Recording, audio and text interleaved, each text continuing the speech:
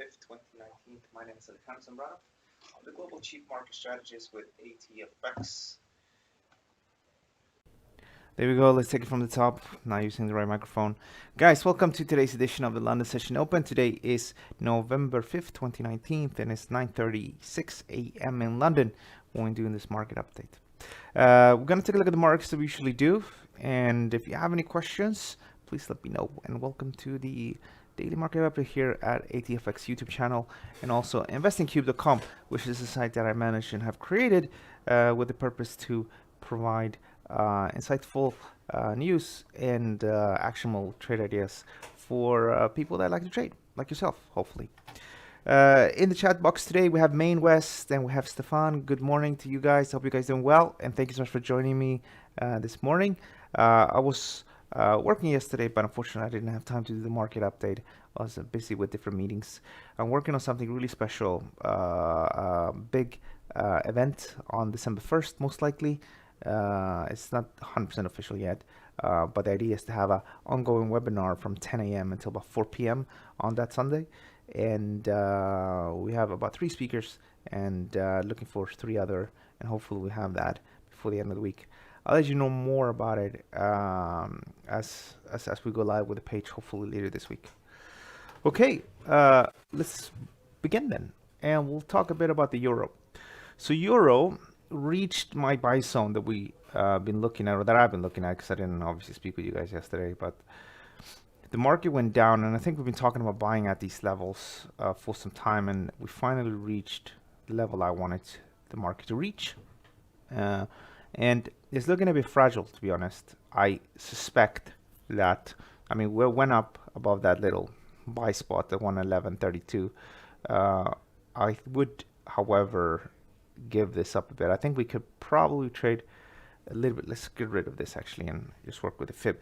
The what I'm a bit worried about, you have an uptrend, right? We can all agree about that, but then you have a double bottom here now, and that double bottom is creating problems because people that bought here, as the market now goes up, they are unloading their positions. So I suspect, and as well, you have a nice solid high here.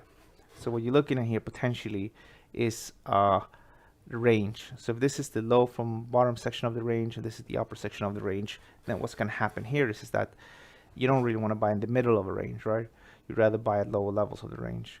So I would think that probably at slightly lower levels from this section here, that will be more interesting for people. And that's not necessarily a fib level, but that doesn't really matter too much. So I'm going to make adjustments here, do something like that, and then assume that some people might try to buy at low levels.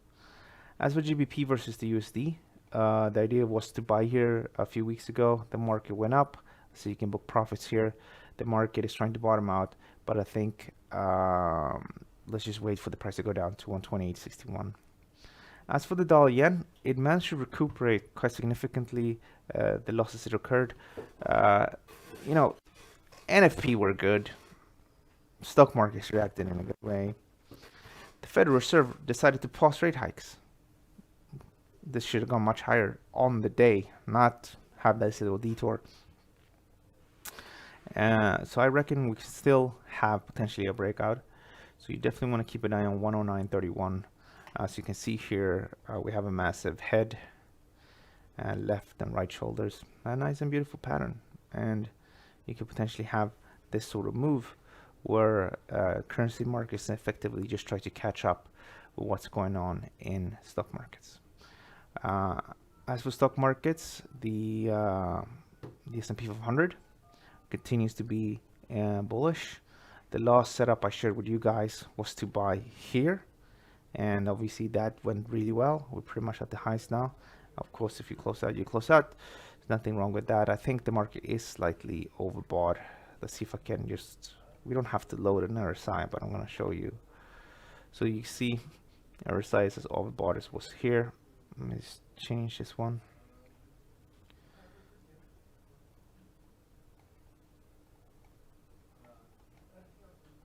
Slightly overbought, a bit of divergence, but you don't have to look at the chart for that. You can on that one, you can just see here they moved up about 2% after a bit of consolidation. Now going forward, I'm still very bullish. we do have, as I mentioned before, a big ascending triangle.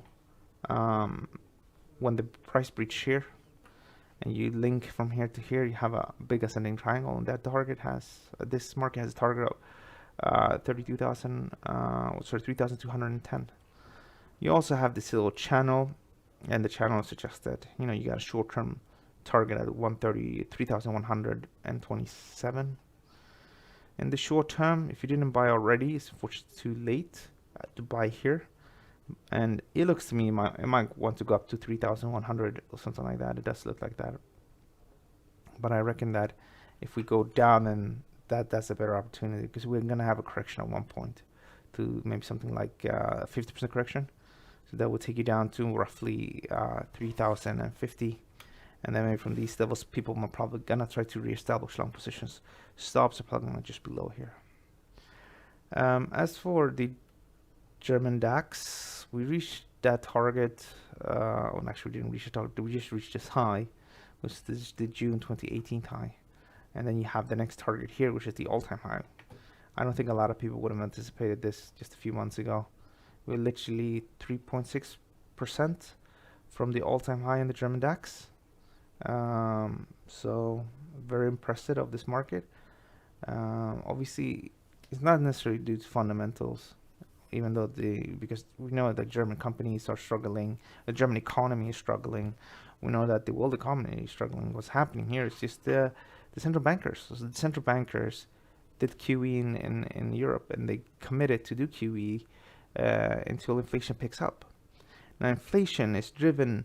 I mean, the ability of quantitative easing to influence inflation is very low. I mean, look at Japan as a good example of that. It can, however, definitely boost stock markets, and it can definitely help the economy. But if they're going to target at 2% inflation target and just keep on pumping money, they'll be pumping money for 10 years, 15 years, 20 years, something like that. For some reason, academics, I don't know why exactly, sort of figured out at one point that a 2% inflation rate is sort of a good target that promotes good growth, and everybody's focusing on that. But I think the way the economy works nowadays is a bit different. We don't have the same inflation as we used to, at least not right now. It will probably come back at one point. And there's inflation in certain things in life, but in the world economy. But overall, trying to reach that 2% inflation and doing all these experiments, I think is a bit risky. But I'm not in power, I'm not in charge, so we can just do our best to our abilities here and try to trade around that potentially, or do things around that. If you think this is gonna go up, imagine like real estate, for example, in the next few years. So what's gonna happen here with the German 30 then? German 30 is bullish, and we are at that June 18th high. I have reduced the trend funding level a tiny bit already. If we go down to pretty much 1,300, 13,000, 12,980 or so, I think some people might look to buy. As for gold, gold is just trading sideways. It's a nice little beautiful rectangle. Yeah, 1, 2, 3, 4 touch points more or less. One, I wouldn't call this 2, but you got some support here, 1, 2 maybe. So bullish, bearish until that happens, which is trading sideways. And then you got the crude oil markets, which had a significant rally. I'm a bit surprised that it rallied so strongly, but it did. The idea a few weeks ago was just to buy here for it to go up, and then I made some adjustments to that, so didn't really get it, but went up. If we look at this today, very strong move. Can it take out the high and just go to the next level at 58.58? Definitely, but I wouldn't retreat that. I will let it go up or whatever it wants to do, and then if it comes down 50%, then that makes sense. And that, guys, is the main markets that we cover here at investingcube.com. Let's see now if you guys have any questions. So you got a question: can we take a look at Bitcoin and possibly Palladium? And then if I know about any future events that could have significant bullish or bearish impact on gold. We have Nikos as well saying hello, Alex. Hello, Nikos. Hope you're doing well. So let me see here. I have my little calendar for this week.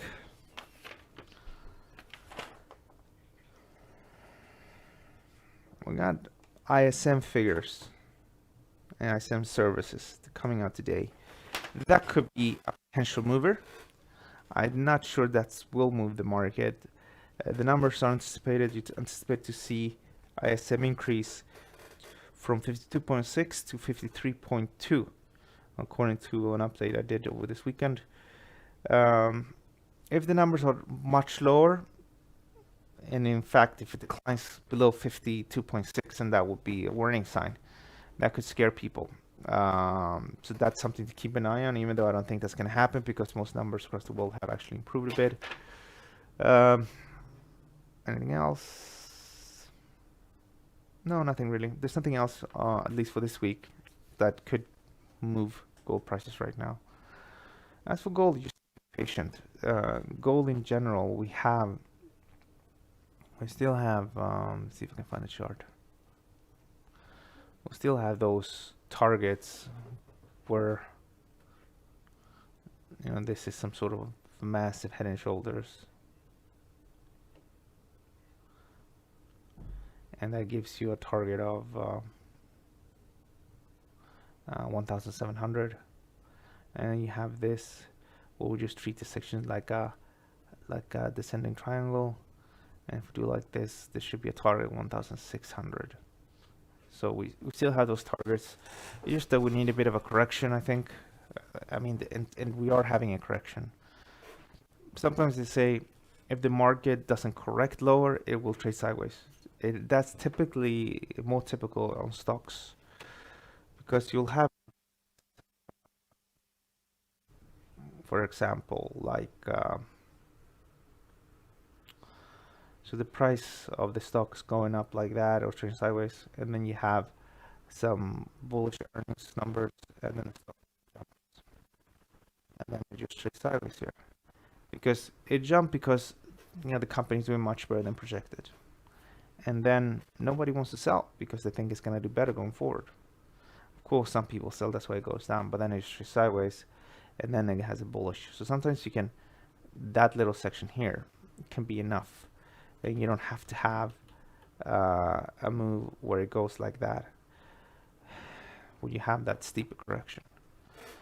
Again, it's not very typical for gold, but maybe that's what's in the making. Because remember this is actually a very good example of that, where the market went up strongly, 12%, and then it just spent sideways, trading for a full whole month. And then, for quite some time now, since August, is doing the same thing here. So we have a question about Bitcoin, so let's check that out.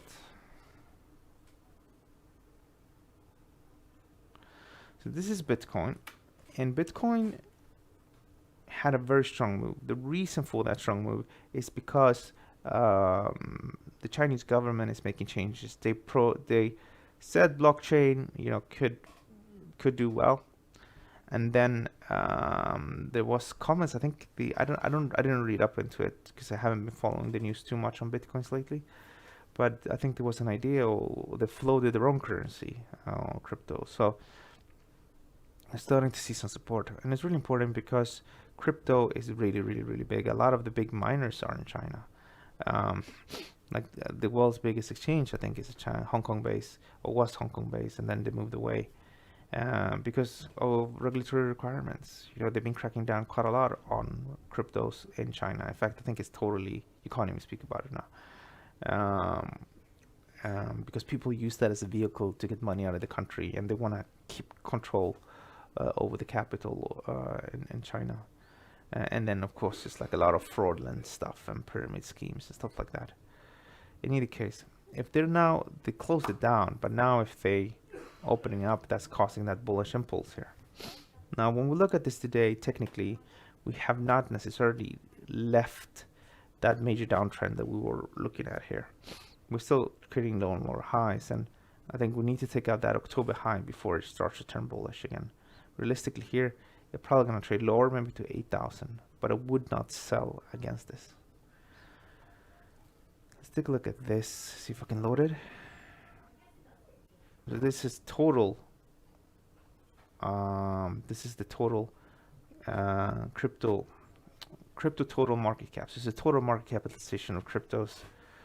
Not everything, because not everything is included. I think it's the major. Well, I know it's the major coins. This is sort of, you can see the market is right now worth, by the looks of it, 241 billion.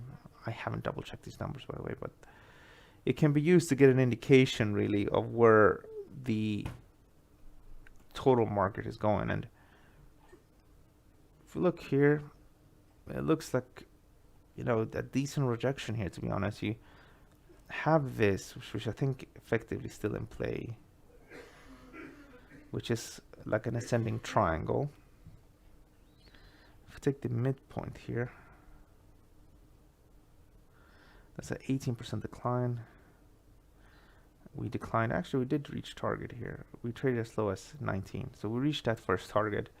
Some people might say, oh, let's take the base. Okay, so if we take the base, that's at 23%. And we almost reached that because we declined 19.91. So we all pretty much reached that. So that's done now. On the other hand, you can see this one, right? You can see there's a massive head and shoulders. I'm not going to take from the spikes. I'm just going to take that.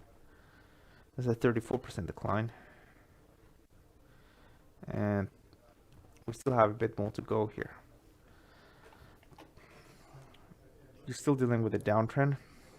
We're on the other side trying to overcome that neckline. But because I think the fundamentals have changed a bit, especially if the Chinese government is sincere in its intentions, I think, you know, keep a close eye on this one. I think if we start to trade above,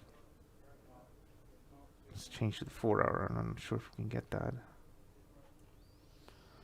So this is the 4-hour. So we're a bit of a range here, right? So I think if we can trade above the high from yesterday, effectively. You can't trade this, by the way. This is just an index. It's not a tradable index. We're probably gonna push higher, and it's gonna push the market up to a valuation of 267 billion. So that will be a return of about 7%. And I think that when that happens, it will, this whole big head and shoulders pattern, I think it would be void at that time, especially if we trade above this level. If we trade above this high, then that pattern is game over and probably move upwards again. I got a question about palladium.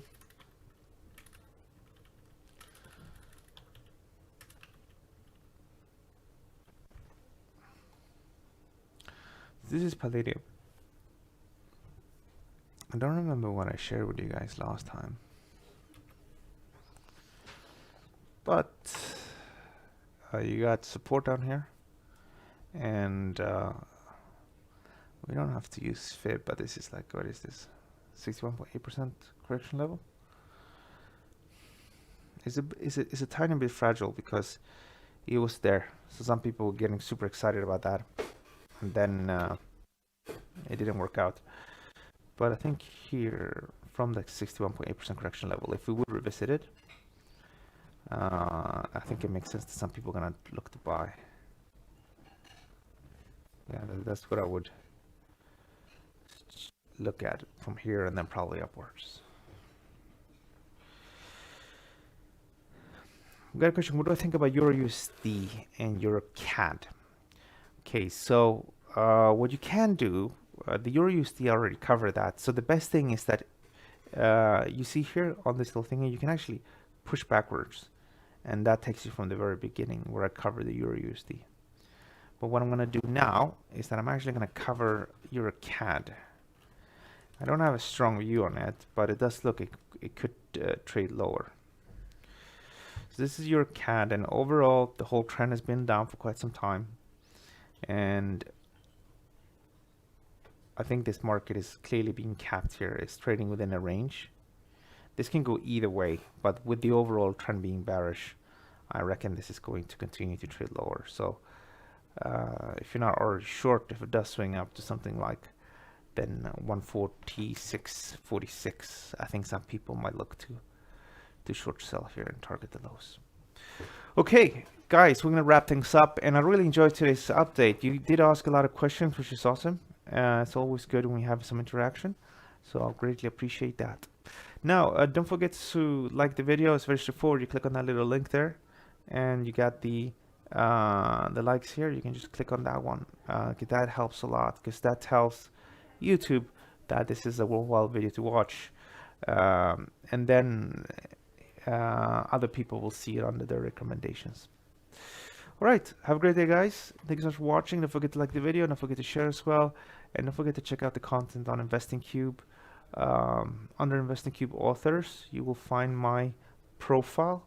I'll send you the link to that one, and that gives you, just shows you what I'm publishing as well. If you're not following me already on Twitter, then it's good. I publish most of my stuff on Twitter, not everything, but most of my stuff. And there you go.